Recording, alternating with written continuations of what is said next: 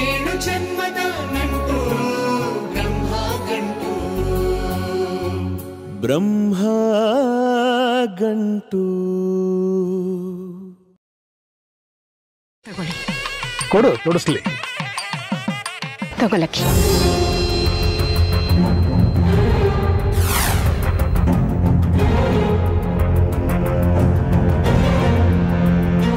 Lucky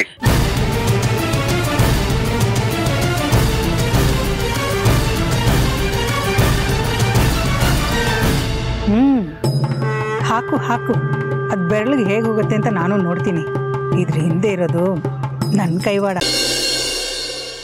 ದೇವ್ರೆ, ಇವತ್ತಿನವರೆಗೂ ನನಗೋಸ್ಕರ ನಾನು ಏನೂ ಕೇಳ್ಕೊಂಡಿಲ್ಲ. ಇವತ್ತು ನನ್ನ ಮಗನಿಗೋಸ್ಕರ ಕೇಳ್ಕೊತಾ ಇದ್ದೀನಿ. ನಾನೇನಾದರೂ ಸ್ವಲ್ಪ ಪುಣ್ಯ ಮಾಡಿದರೆ ಅಷ್ಟು ಪುಣ್ಯ ನನ್ನ ಮಗನಿಗೆ ಸಿಗೋ ಹಾಗೆ ಮಾಡು. ಹೇಗಾದರೂ ಮಾಡಿ ಈ ಮದುವೆನ ನಿಲ್ಲಿಸ್ಬಿಡು.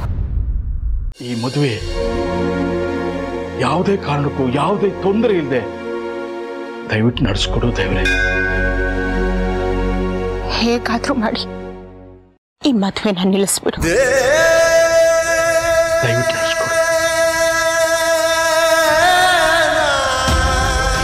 ನಿನ್ನ ಮೇಲೆ ನಂಗೆ ತುಂಬ ನಂಬಿಕೆ ಇದೆ. ಆ ನಂಬಿಕೆನ ಉಳಿಸು.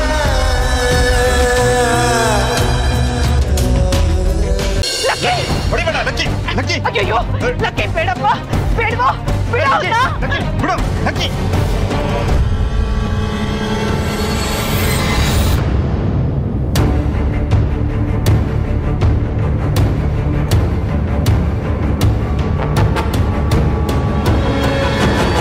ಬಿಡೆ ನನ್ನ ಮಗನ ಕೈನ. ನನ್ನ ತಮ್ಮಂಗೆ ಮನ್ಸಿಗೆ ಬಂದ ಹಾಗೆ ಹೊಡೆಯೋದಕ್ಕೆ ನಾನು ಬಿಡೋದಿಲ್ಲ. ನೀನು ನಮ್ಮನೆ ಸೊಸೆ ಆಗಿಲ್ಲ. ಸೊಸೆ ಆಗೋದಕ್ಕೆ ನಾನು ಬಿಡೋದು ಇಲ್ಲ.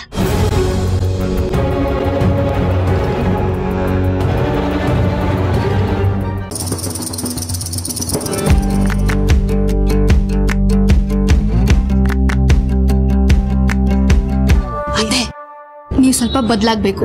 ಯಾವ ವಿಷಯದಲ್ಲಿ? ಎಲ್ರು ಹೇಳಿದಕ್ಕೆ ತಲೆ ಆಡ್ಸೋದ್ ಬಿಡಿ. ಏನ್ರ ಬಗ್ಗೆ? ನಮ್ಗೇನ್ ಕರ್ಮನ ಈ ಜಲ್ಜಕ್ಕನ್ ಮನೆಗೆ ಬಂದು ಅರ್ಶನ ಶಾಸ್ತ್ರ ಮಾಡಕ್ಕೆ? ಮಂಗಳ, ನರಸಿಂಹ ಹೇಳ್ದ ಅಂತ ಒಪ್ಕೊಂಡಿದ್ದೀನಿ ಕಣೆ. ಇದು ಅವಳದೇ ಮಸ್ಲತ್ತು. ಯಾರ್ದು? ಜಲ್ಜಂದು.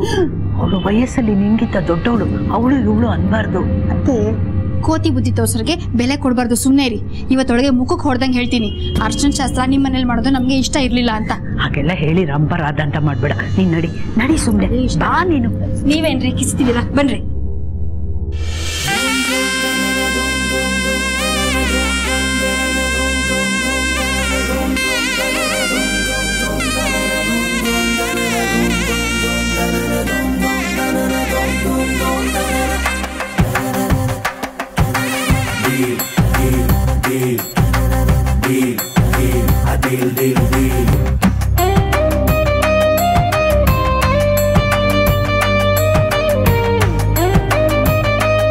ಅಕ್ಕ, ಇವತ್ತು ತುಂಬಾ ಚೆನ್ನಾಗಿ ಕಾಣಿಸ್ತಿದೆ ಕಣೆ. ಮಾಗೋಗಿರೋ ಹಲ್ಸನನ್ ತರ ಕಾಣ್ತಿದ್ದೀನಲ್ವಾ? ನಮ್ಮನ್ನ ನಾವೇ ಯಾವತ್ತು ಕಂಡ ಮಾಡ್ಕೊಂಬಾರ್ದು ಕಣೆ. ಬಾ ಇಲ್ಲಿ ನೋಡು, ಮನೆಯೆಲ್ಲ ಎಷ್ಟು ಚೆನ್ನಾಗಿ ಡೆಕೋರೇಟ್ ಮಾಡಿದ್ದಾರೆ ಅಲ್ವಾ?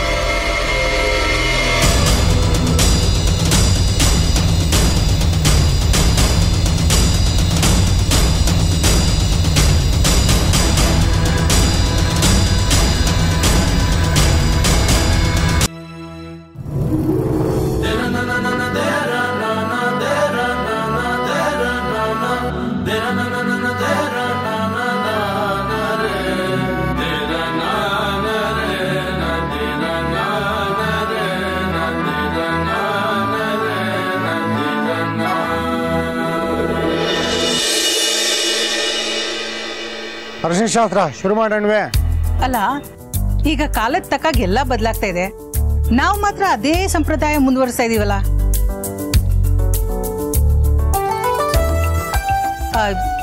ಅರ್ಶಿನ ಹಚ್ಚೋದು ಅವ್ರವ್ರ ಗಂಡದಿರ ಹಚ್ಬೋದಲ್ವಾ? ಏನಂತೀರಾ ಗಿರ್ಜಮ್ಮ? ನಮ್ದೇನು ಅಭ್ಯಂತರ ಇಲ್ಲ, ಹಚ್ಚಲಿ ಬಿಡಿ.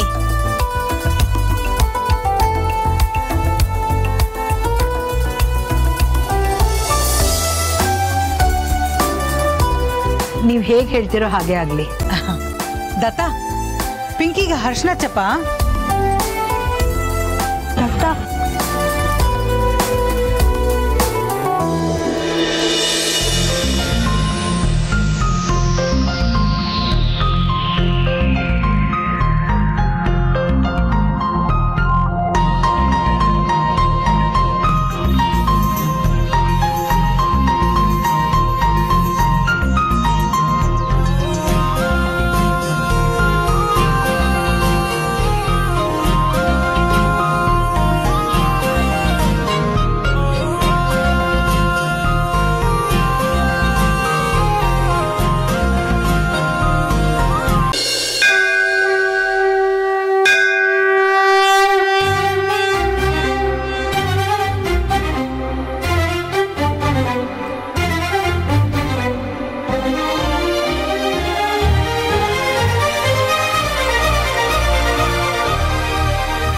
ದೇವ್ರೆ, ನಿನ್ನ ನಂಬಿ ಇಲ್ಲಿ ತನಕ ಬಂದಿದ್ದೀನಿ. ನಾನು ಅನ್ಕೊಂಡಿದ್ದು ನಡೆಯೋ ಹಾಗೆ ಮಾಡಪ್ಪ.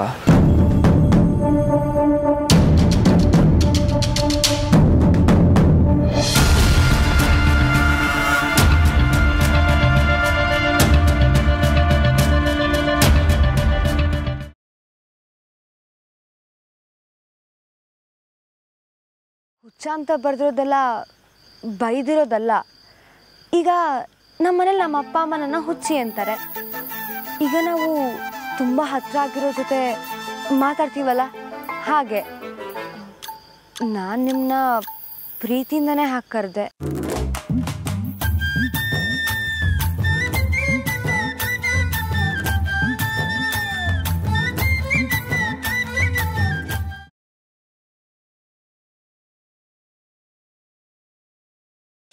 ನನ್ನ ಮಗನ ಭವಿಷ್ಯದ ಸಲುವಾಗಿ, ಈ ಪರಿವಾರದ ಸುಖಕ್ಕಾಗಿ ನೀವು ಕೆಲಸ ಮಾಡ್ಲಿಕ್ಕಬೇಕವ, ಮಾಡ್ಲಿಕ್ಕಬೇಕು. ಪೂಜಾ ಕೂನಿ ಮಾಡಿದ್ದು ನಾನು.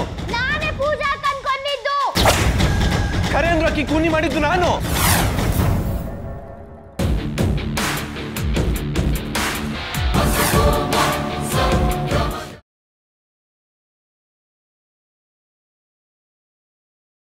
ರಹಸ್ಯ ಇದೆ ಅಂತ ಗೊತ್ತಿತ್ತು, ಆದ್ರೆ ಇಷ್ಟೊಂದು ಭಯಾನಕ ರಹಸ್ಯ ಇದೆ ಅಂತ ಗೊತ್ತಿರಲಿಲ್ಲ. ಮೊದಲು ಈ ವಿಚಾರನ ಎಲ್ರಿಗೂ ಹೇಳ್ಬೇಕು. ಹರ್ಷ, ಯಾಕೆ ಇಷ್ಟೊಂದು ಗಾಬರಿಯಲ್ಲಿದ್ಯಾ? ಮೊಯ್ಲಿ, ಅದು ಅಮೃತ.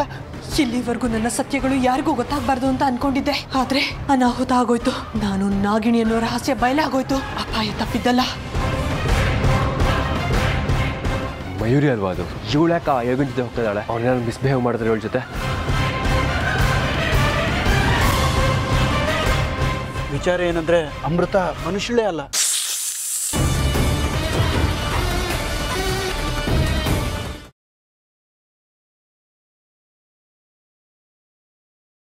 ಎಲ್ಲಿವರೆಗೂ ಶನಾಯ್ ಅವರ ಜೀವನದಿಂದ ದೂರ ಹೋಗಲ್ವೋ ಅಲ್ಲಿವರೆಗೂ ಯಾರು ಏನು ಮಾಡೋಕ್ಕಾಗಲ್ಲ.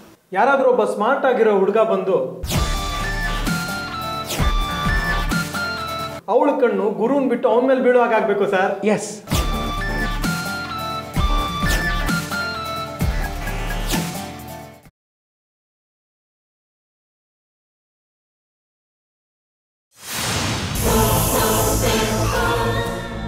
ಎಷ್ಟು ದಿನ ನನ್ನ ಕೈನ ತಪ್ಪಿಸ್ಕೊಂಡು ಹೋಗ್ತೀಯ ಜಾಜಿ?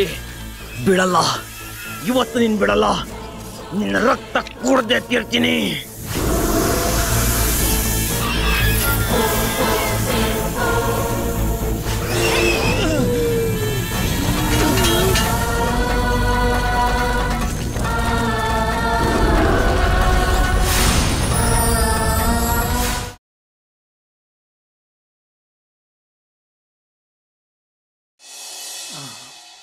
ಕದ್ದವ್ರು ಯಾರಮ್ಮ? ಏನೋ ನಿಮ್ಮಪ್ಪ ನೀನು ಹೇಳಿದ್ದೆಲ್ಲ ಕೇಳ್ದಂಗೆ. ಅದಕ್ಕೆ. ಇದೇನಮ್ಮ ಪೊಲೀಸಲ್ಲಿ ಕರ್ಕೊಂಬಂದಿದ್ಯಾ? ಪೊಲೀಸ್ನವ್ರು ತಿಳಿಸ್ದೆ ವಿಗ್ರಹ ಹುಡ್ಕೊಡ್ತೀನಿ ಅಂತಂದ್ರೆ ಈಗ ಯಾಕಮ್ಮ ಪೊಲೀಸು? ನಾನೀಗ ಬಂದಿರೋದು ನಿಮ್ಮನ್ನು ಕಳುವಾಗಿರೋ ವಿಗ್ರಹ ವಿಷಯಕ್ಕೆ ಮಾತ್ರ ಅಲ್ಲ. ಮತ್ತೆ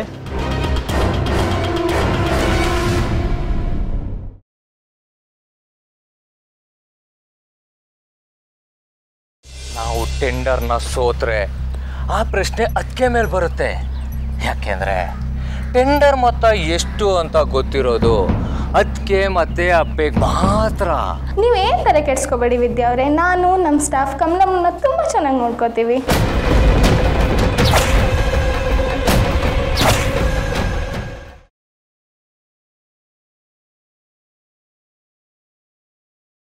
ನಿನಗಾಗ್ಲಿ ನನಗಾಗ್ಲಿ ಅವಳ ಬಗ್ಗೆ ತಪ್ಪು ಮಾತಾಡೋ ಅಧಿಕಾರ ಇಲ್ಲ.